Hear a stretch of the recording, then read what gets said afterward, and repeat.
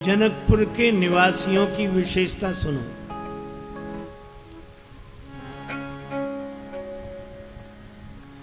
पुर नर नारी सुभग, तन से सुंदर हैं, मन से सूची हैं, पवित्र, स्वभाव से संत हैं, आचरण से धर्मशील हैं, विचार से ज्ञानी हैं और व्यवहार से गुणवान हैं।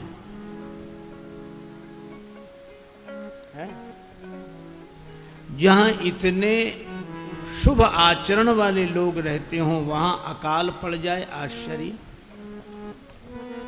अकाल तो कलयुग में पड़ता है, कली बार ही बार दुकाल परे, पर जनकपुर में अकाल पड़ गया जहां इतनी विशेषताओं वाले लोग रहते हों। मानो ये कथा एक संदेश देती है कि जीवन में कितनी भी विशेषताएं हों, पर भगवान की भक्ति की वर्षा के बिना जिंदगी में अकाल ही पड़ा रहता है।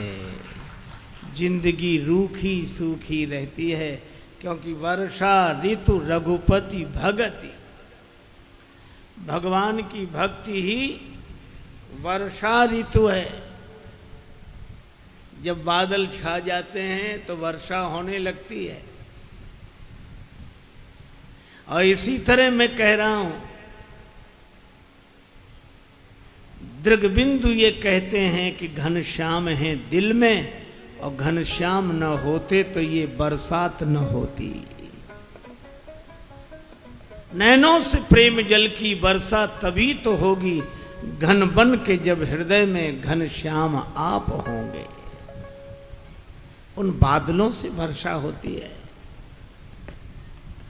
वर्षा ऋतु रघुपति भगति, और जनकपुर में वर्षा नहीं हो रही। ज्ञान का प्रकाश है पर भक्ति की वर्षा नहीं हो रही।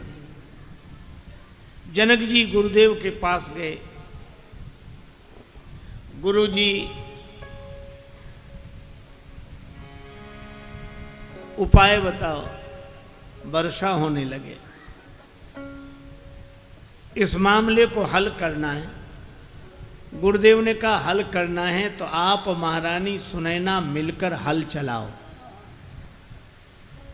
अब यह भी कितना सुंदर संकेत है, किसी उलझे हुए मामले को सुलझाने को हम हल बोलते हैं कि हल करो, इस मामले को हल करो, यही हल चलाना है। और जनक जी अकेले न चलाएं, अपनी नित्य संगनी सुनैना सुविशेषण सूक्ष्म दृष्टि के साथ और सुमति की भूमि पर विचार का हल चलाएं, तो हल का फल कभी कभी घट से टकरा जाता है। अब घट शब्द में श्लेष है, घट हृदय को भी कहते हैं, घट घड़े को भी कहते हैं। विचार जब तक हमारे हृदय को नहीं छुएगा तब तक भक्ति प्रकट होगी ही नहीं।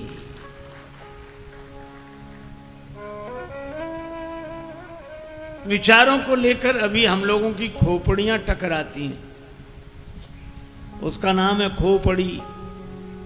खो दिया है इसीलिए तो पड़ी है। हृदय चाहिए। खोपड़ी से विचार का संबंध हो तो भक्ति नहीं जागती।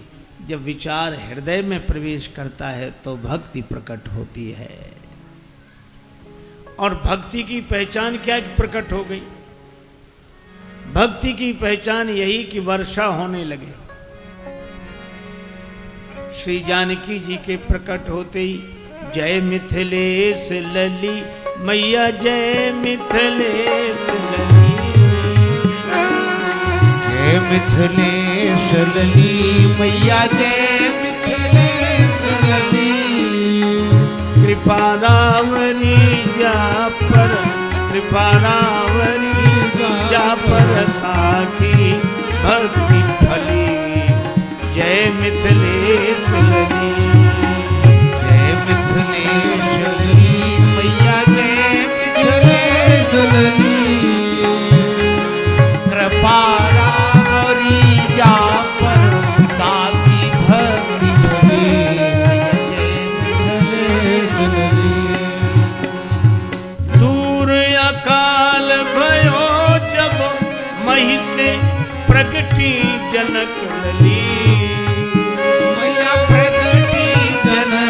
सलली पुरवासी सुख पावे, पुरवासी सुख पावे, गावे गली गली, गावे गली गली, जय मिथिलेश लली।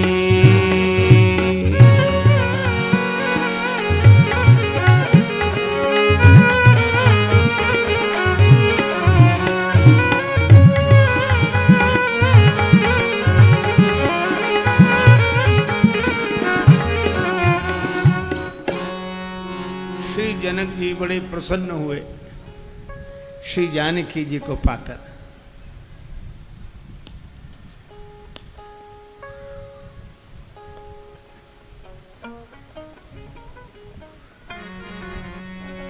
जब ते जन कहीं मिली जानकी,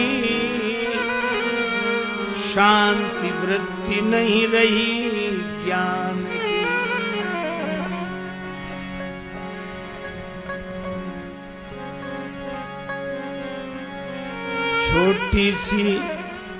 छोटी सी किशोरी मोरे आंगना में खेले रे, छोटी सी किशोरी मोरे आंगना में खेले रे,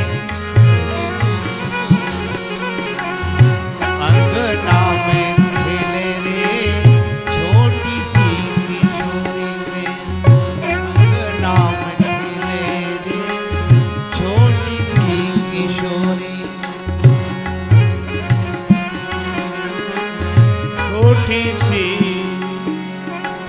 छोटी सी किशोरी आंगना में खेले रे, छोटी सी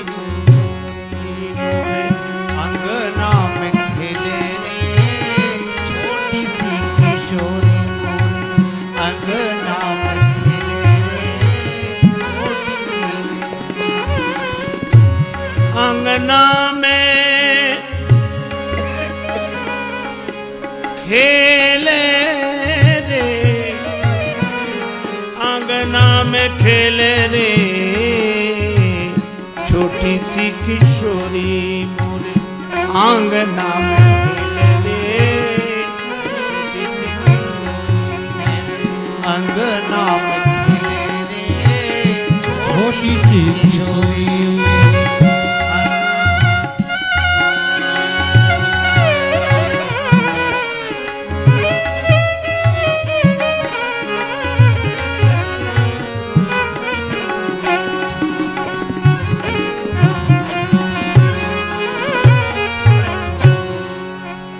श्री जानकी जी धीरे धीरे बड़ी हुई। अब आंगन में क्रीड़ा करने लगी। अब हारते समय भगवान शंकर का विशाल धनुष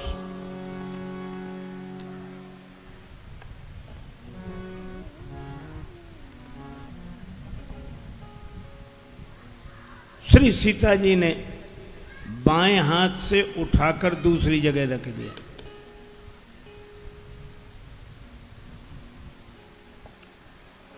अच्छा एक बात बताओ, ये धनुष साधारण नहीं है, ये अभिमान का धनुष है। अच्छा संकेत बड़ा अच्छा है। धनुष के दोनों किनारे बंधे रहते हैं रस्सी से, और रस्सी को संस्कृत में बोलते हैं गुण, और जो गुणों से बंधा रहे वही तो अभिमानी है। गुणों से बंधा रहे।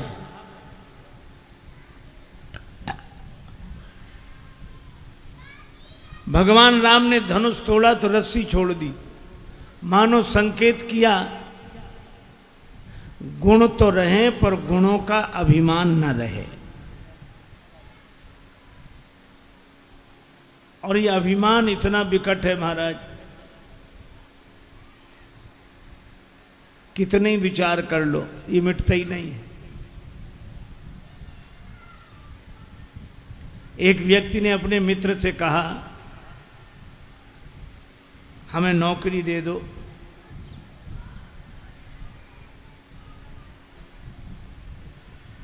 दूसरा मित्र बोला कि हमें तो नौकर की तलाश ही है, तुम ही मिल जाओ, काम क्या करना पड़ेगा।